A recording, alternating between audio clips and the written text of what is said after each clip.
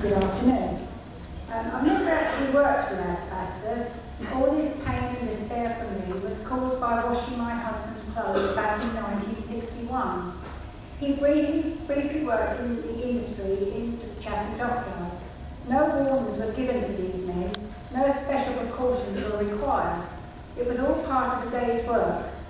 Now many of his friends are no longer with us. He has recently had scans, but does not have mesothelioma, thank God. As regards compensation, the law has changed for wives like me. The cut-off period was 1964.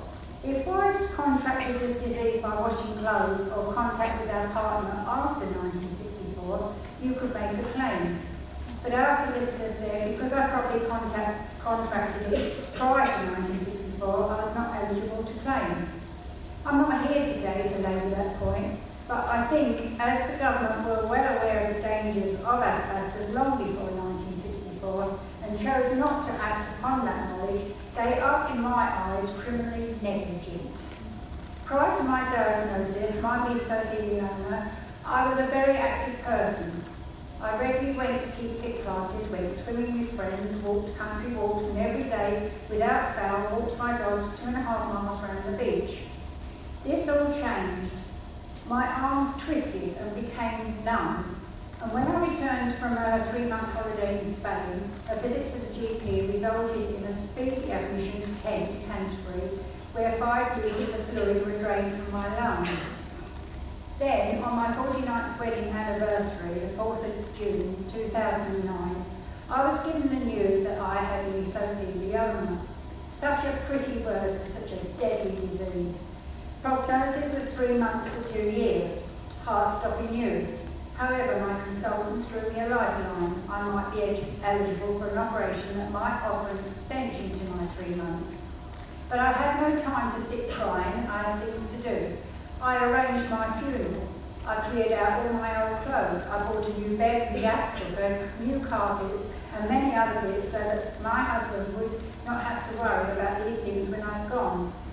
I was given an appointment with Miss King at Guy's Hospital, who offered me the operation. I grabbed this opportunity with both hands. The operation was a success, followed by wound radiation and later a series of 10-hour chemo treatment. After chemo and several scans later, my condition became stable, so I went out and enjoyed life. But I'm not able to do all the things I used to do. I still walk my dog, but swimming and long walks are out if I'm tired easily. We have a motorhome and we go camping all over the country.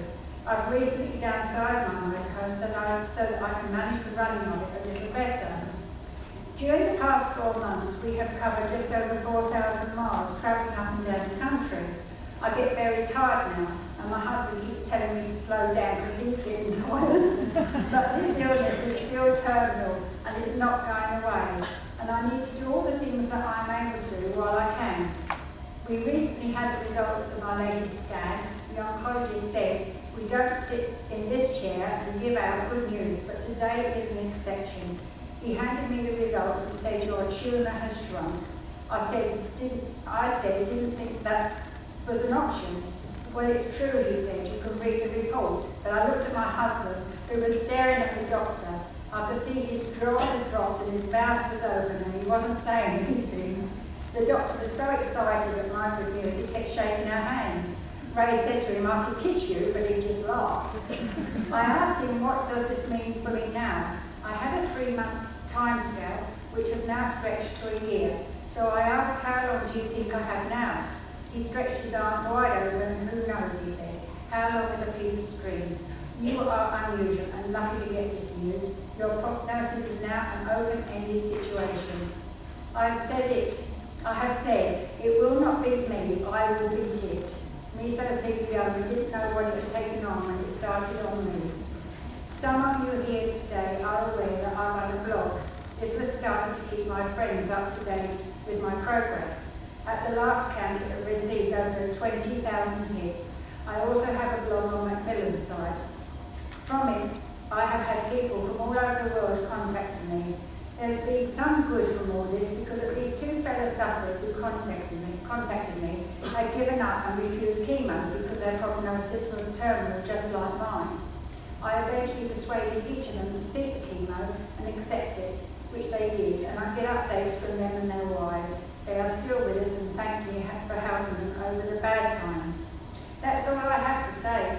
I'm happy to have been part of today, and thank you for listening. And keep fighting, Miso warriors.